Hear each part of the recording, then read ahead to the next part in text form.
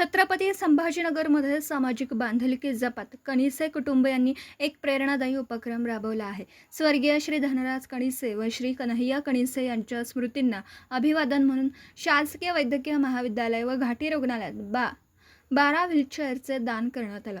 या उपक्रमाचं उद्घाटन शिवसेनेचे तालुकाध्यक्ष किसन कणिसे यांच्या हस्ते करण्यात आलं. याप्रसंगी नगरसेवक सिद्धांत शिरसाठ, माजी नगरसेवक अशोक सायना, भाजप कार्यकर्ता विशाल दाभाडे, शिवसेना नेते बाबा तायडे यांच्यासह अनेक मान्यवर उपस्थित होते. रुग्णालयात येणाऱ्या रुग्णांना तसेच त्यांच्या नातेवाईकांना व्हीलचेअरची सुविधा मोठ्या प्रमाणात उपयुक्त ठरणार असून या उपक्रमामुळे रुग्णसेवेत लक्षणीय दिलासा मिळणार आहे.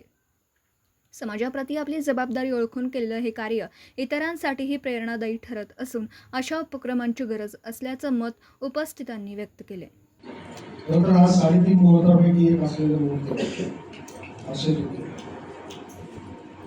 याला अर्ध मुहूर्त समजतं आणि संपूर्ण मुहूर्त.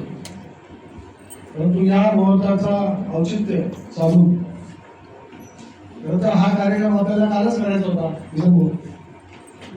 परंतु मला असं वाटतं की आपल्या पालकमंत्र्यांनाच आपली मुहूर्ताचा लाभ मिळवून देण्याची इच्छा असेल आणि म्हणून त्यांनी उद्या कार्यक्रम ठेवा असं सांगितलं.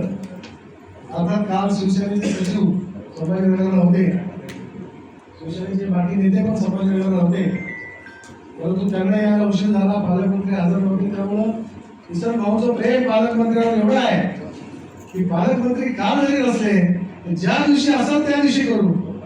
आणि सुदैवानं कार्यक्रम छोटा असल्यामुळं मोठे साहेब नाही आले, किसन भाऊ पण छोटे भाऊ आले आणि त्यांनी कार्यक्रम केला.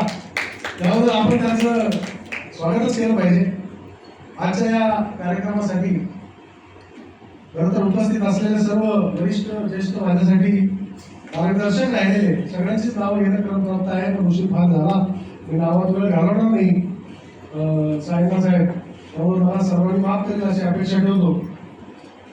आणि किसन भाऊ बद्दल सांगायचं झालं तर पुत्र भावा ऐसा गुंडा ज्याचा तिन्ही लोकी झेंडा, असे जे तुकाराम महाराजांच्या वृत्तीप्रमाणे किसन भाऊचं वागणं मला असं वाटत नाही की इथे बसलेल्या प्रत्येक व्यक्तीच्या मनामध्ये आणि हृदयामध्ये किसन भाऊ बद्दल प्रेम कमी आहे.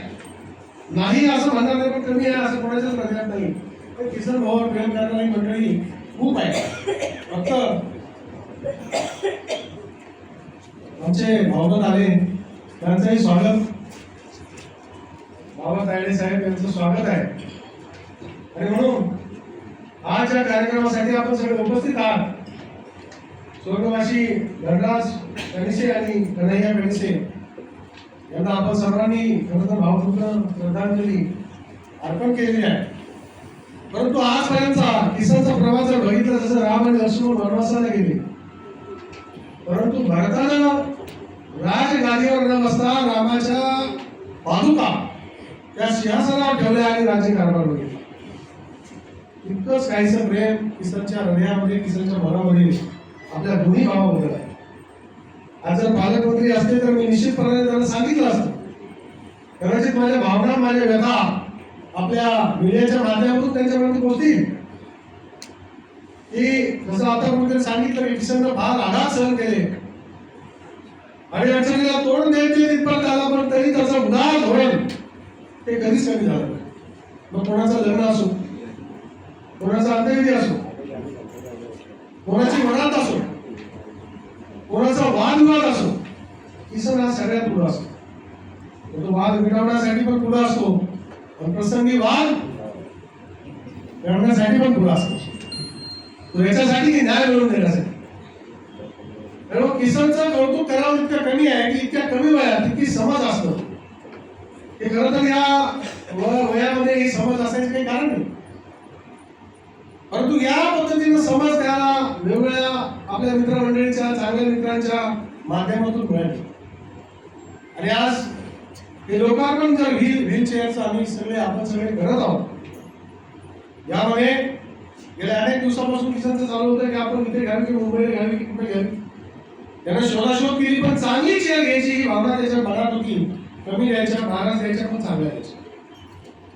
आणि आज मला असं वाटतं घाटीमध्ये मला तरी अशा व्हीलचेअर पाहायला कधी मिळाल्या नाही.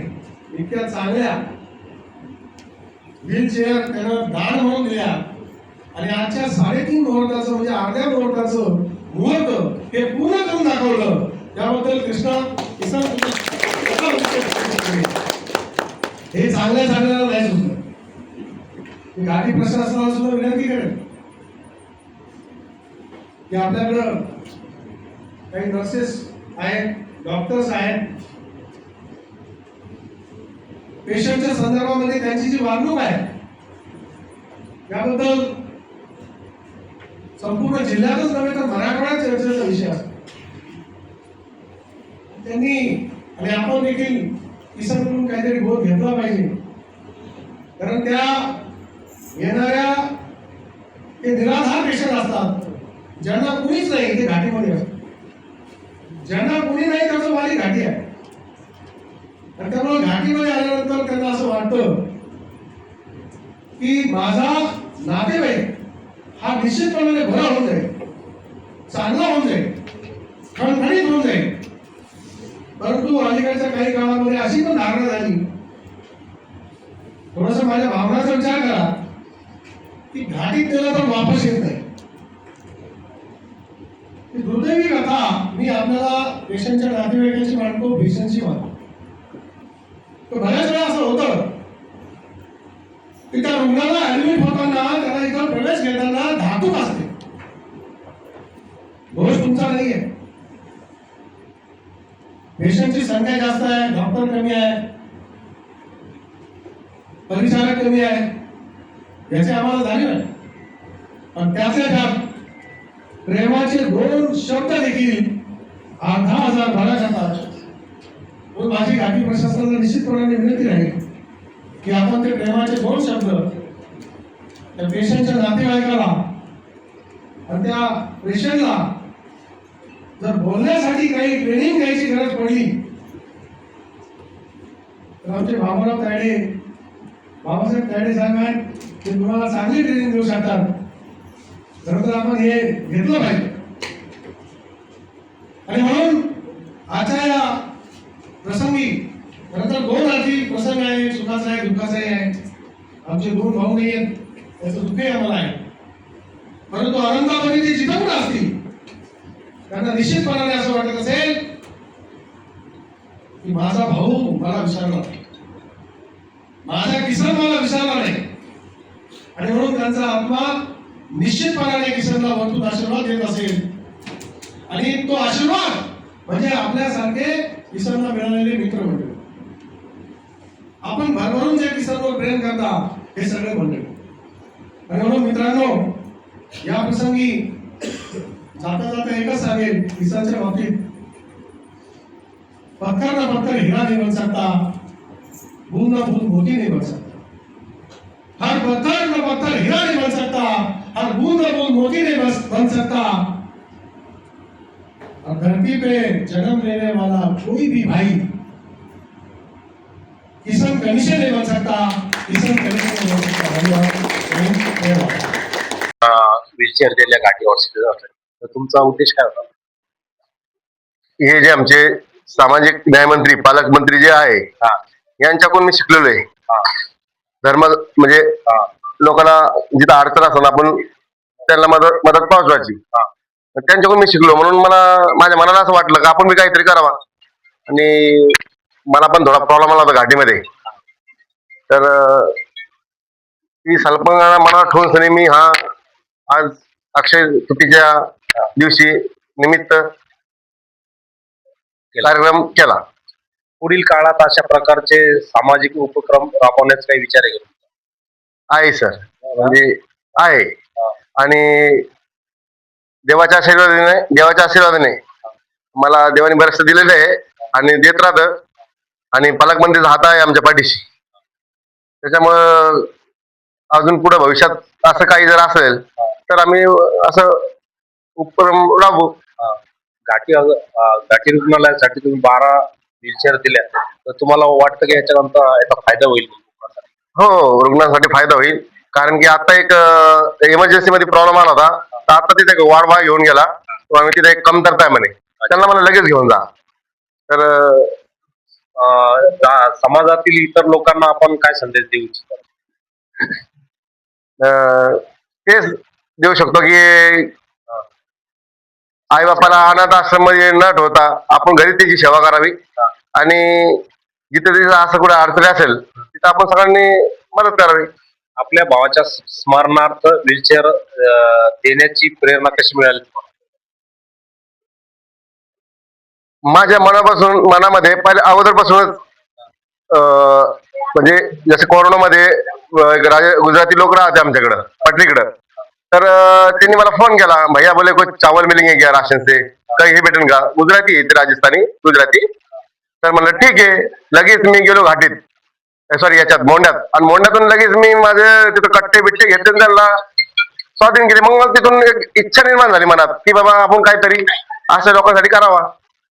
आणि आमचे न्यायमंत्री सामाजिक संजय शिरसाट साहेब यांचं पण थोडंसं नेतृत्व आहे आणि शिवसेनेच्या माध्यमातून आम्ही तेच कार्यक्रम करत राहतो नेहमी. महाराष्ट्राचे सर्वमान्य दैनिक समर्थ गावकरी अहमदनगर, पुणे, नाशिक, जळगाव, धुळे, नंदुरबार, सोलापूर, कोल्हापूर, सांगली, सातारा, मुंबई, ठाणे, पालघर, रत्नागिरी, रायगड, सिंधुदुर्ग, नांदेड, उस्मानाबाद, बीड, औरंगाबाद, नागपूर, गडचिरोली, भंडारा, गोंदिया, अकोला, यवतमाळ, बुलढाणा येथून एकाच वेळी प्रसिद्ध होणारे एकमेव दैनिक, सर्वसामान्य जनतेचे खुले व्यासपीठ. संपादक आहेत विश्वासराव आरोटे. मोबाईल नंबर आहे 9423 38 85 08. दुसरा मोबाईल नंबर 9423 46 72 72. तिसरा मोबाईल नंबर 75 88 15 0001. वेबसाईट आहे sgavkari.com. मेल आय डी आहे aklgavkari@gmail.com.